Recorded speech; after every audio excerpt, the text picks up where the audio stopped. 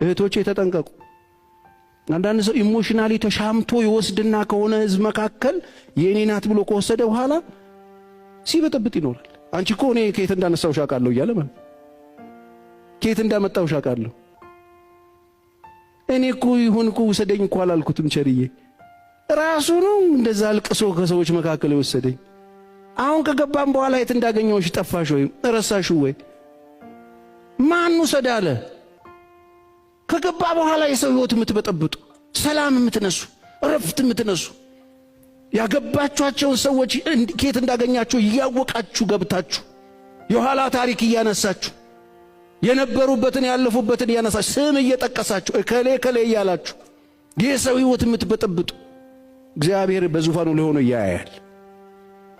ማንም ሰው ጻድቅ የለም። አንድ ንጹህ ሰው የለም በምድር ላይ።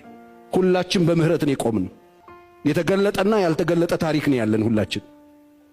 ማንም ማናፋት አይችልም። ተነስቶ እኔ ጻድቅ ነኝ ማለት አይችልም። ሁሉም ኃጢአትን ሰርተዋል፣ የእግዚአብሔር ክብር ጎድሏቸዋል የሚል ራስ እንደ ጻድቅ መቆጠር፣ ሰው መኮነን፣ ኮንፊደንስ መምታት፣ ሰላም ማሳጣት፣ ህልውናን መሞትን እንዲመርጡ ሰዎች ማድረግ ይሄ ነውር ነው።